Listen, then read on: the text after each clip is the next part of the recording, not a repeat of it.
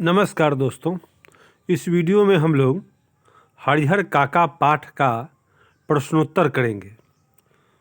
सबसे पहले हम लोग देखेंगे ये पहला प्रश्न, कथावाचक और हरिहर काका के बीच क्या संबंध है और इसके क्या कारण हैं।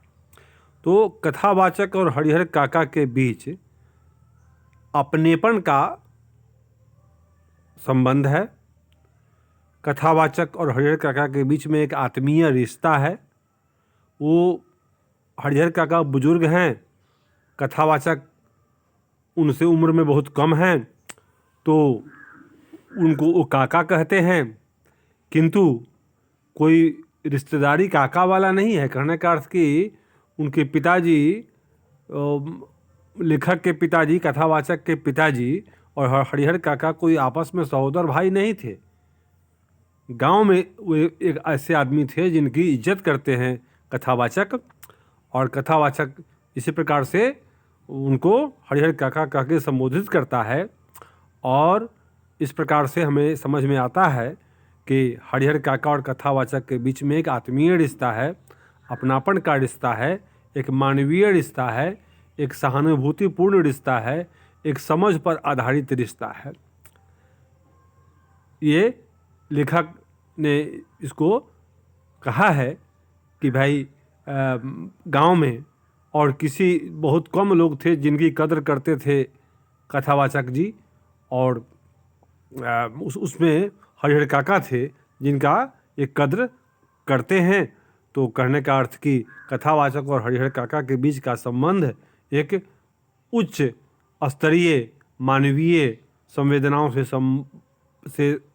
संवेदनाओं से लैस संबंध है। ठीक है। हरिहर काका को महंत और अपने भाई एक ही श्रेणी के क्यों लगने लगे? क्योंकि महंत जी भी हरिहर काका की ज़मीन हड़पना चाहते थे। ये न किन प्रकारे न जोर ज़बरदस्ती से उनकी ज़मीन को अपने नाम लिखवाना चाहते थे। उसी तरह से इनके भाई भी इनके हिस्से की ज़मीन को ज़बरदस्ती ये न किन प्रकारे न हड़पना चाहते थे। तो इसीलिए इनको महंत और अपने भाई दोनों एक ही श्रेणी के लगे। दोनों उनको लोभी, लालची, स्वार्थी मालूम पड़े। ठाकुरबाड़ी के प्रति गांव वालों के मन में अपार श्रद्धा के जो भाव हैं, उससे उनकी किस मनोवृत्ति का पता चलता है? तो ठाकुरबाड़ी के प्रति गांव वालों के मन में अपार श्रद्धा के जो भाव हैं, उससे उनकी धार्मिक एवं अंधविश्वासी प्रवृत्ति का पता चलता है। धर्मभीरू लोग हैं वे लोग, अंधविश्वासी हैं वे लोग। ठाकुरबाड़ी में जो महंत हैं, जो साधु संत हैं, उनकी धन पिपासा को ये लोग समझ नहीं पाते। इनको उन लोगों को ठाकुर गांव के लोग एक सीधा साधा ज्ञानी पुरुष, त्यागी पुरुष समझते हैं, जबकि वे लोग एक ठग प्रवृत्ति के लोग हैं। तो अपार श्रद्धा के जो भाव हैं, उससे ग्रामीणों की जो दास वृत्ति की मनोवृत्ति है, जो दास वृत्ति के अलावा आप कहिए कि अंधविश्वासी प्रवृत्ति है, इन तथ्यों का पता लगता है। धर्म के नाम पर लोग कैसे मूर्ख बनते हैं, ऐसी मनोवृत्ति का भी यहाँ पर हम लोग पता लगाते हैं।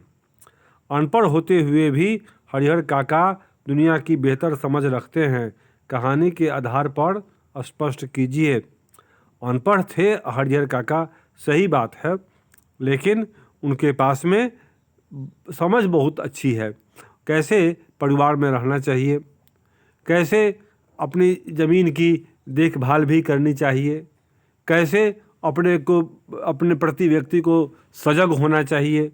जैसे जब उनके भाइयों ने, उनके भाई की पत्नियों ने उनकी उपेक्षा शुरू कर दी, तो वो महंत के पास चले गए। महंत ने उनको बुलाया, खुद ही संपर्क किया, लेकिन महंत की बातों से प्रभावित हो गए और उन्होंने यह निर्णय लिया कि अपनी संपत्ति वो मठ ठाकुरबाड़ी को गिफ्ट में लिख देंगे, दान कर देंगे। तो उन्होंने अपने भविष्य के विषय में सोचा। ये अपने विषय में निर्णय लेना अपनी बेहतरी के लिए सोच पाना, यह भी एक प्रबुद्ध व्यक्ति की पहचान है। हरिहर काका भले ही एक अनपढ़ व्यक्ति हैं, लेकिन अपने हितों को भी वो बारीकी से समझते हैं। और जब महंत की असलियत का पता उनको लगा तो वे पुनः अपने पुराने घर में वापस आ गए। और जब यहाँ भी वही स्थिति उनको नज़र आई तब वे बहुत दुखी हो गए और वे बिल्कुल अलग रहने लगे। एक नौकर उन्होंने रख लिया और अपनी सुरक्षा के लिए उनको सरकार ने बॉडीगार्ड मुहैया कराई। और इस प्रकार से एक सक्षम व्यक्ति के रूप में हरिहर काका का चरित्र उभर कर आता है। उन्हें कोई किसी भी तरह से ब्लैकमेल नहीं कर सकता है। तो निश्चित रूप से एक पढ़ा लिखा आदमी का मतलब होता है कि वह अपने आप को सुरक्षित महसूस करे, अपना विकास करे, तो अपनी रक्षा करने में सक्षम हो।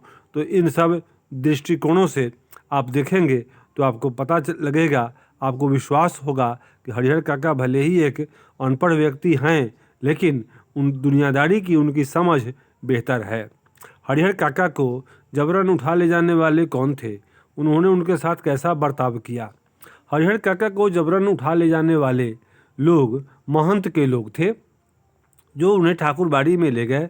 उनके साथ उन्होंने ज़बरदस्ती का व्यवहार किया। उनकी संपत्ति सादे कागज़ पर लिखवाने के लिए सादा कागज़ पर अंगूठा लगवा लिया और उनकी ज़मीन को हड़पना चाहते थे। इसके लिए बल प्रयोग भी किया। उनके हाथ पांव बांध दिए थे और कमरे में बंद कर दिया था। हरिहर काका के मामले में गांव वालों की क्या राय थी, उसके क्या कारण थे? हरिहर काका के मामले में गांव वालों की राय दो प्रकार की थी। एक वाले तो ये समझते थे कि उन्हें अपनी संपत्ति महंत को दान में दे देनी चाहिए, इससे उनका भविष्य सुरक्षित होगा और उनका जीवन अच्छा हो जाएगा। और यह धार्मिक प्रवृत्ति के लोग थे जो ये मानते थे कि इससे जब उनकी हिस्से की 15 बीघे ज़मीन महंत को मिल जाएगी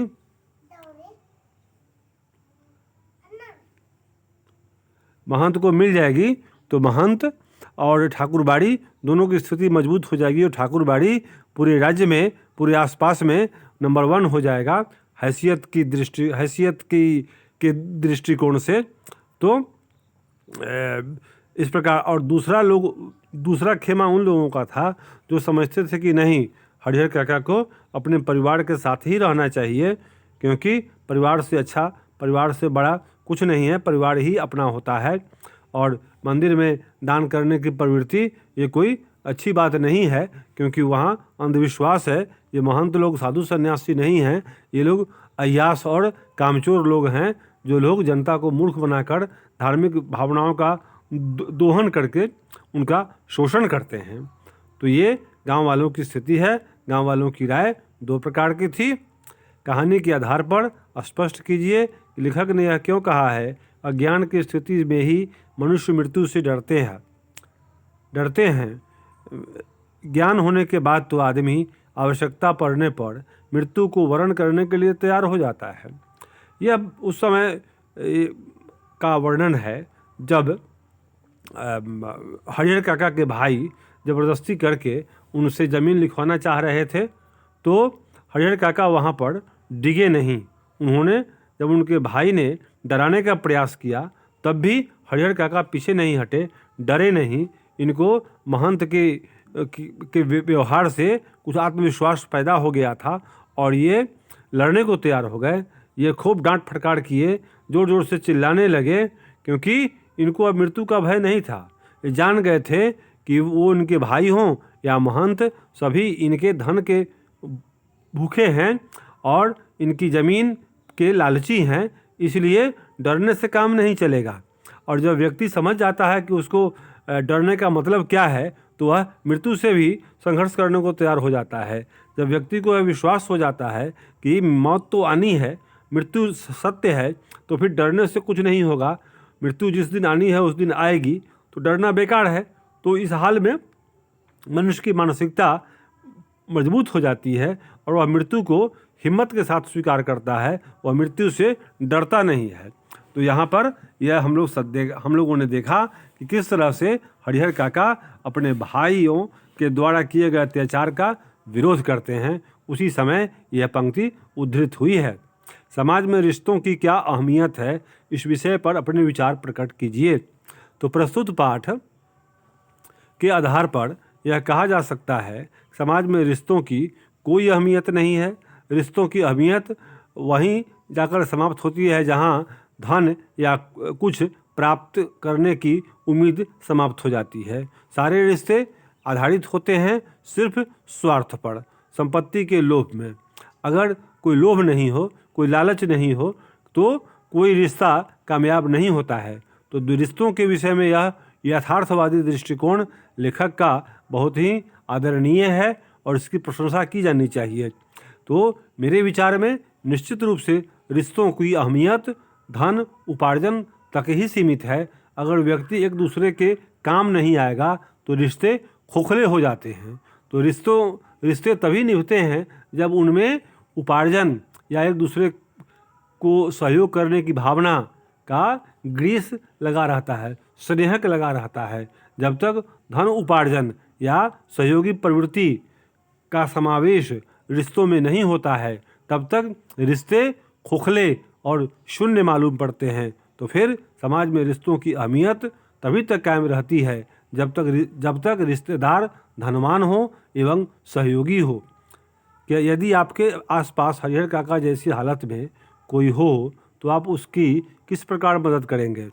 मैं उसकी मदद इस प्रकार करूंगा कि उसे सबसे पहले तो सरकार की योजनाओं का लाभ उठाने के लिए कहूँगा।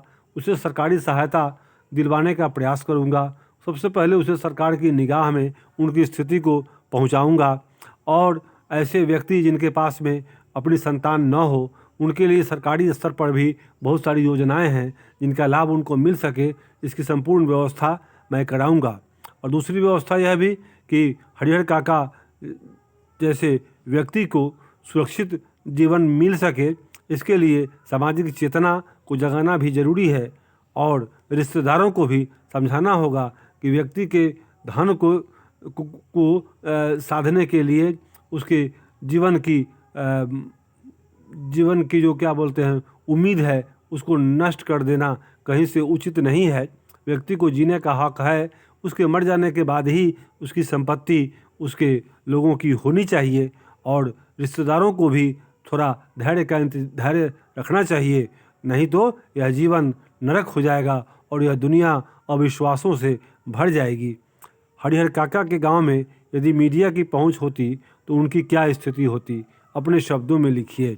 हरिहर काका के गांव में यदि मीडिया की पहुंच होती तो उनकी स्थिति को सार्वजनिक तौर पर उजागर किया जाता और बहुत जल्दी ही सरकारी सुरक्षा एवं सहायता उनको मुहैया कराई गई होती।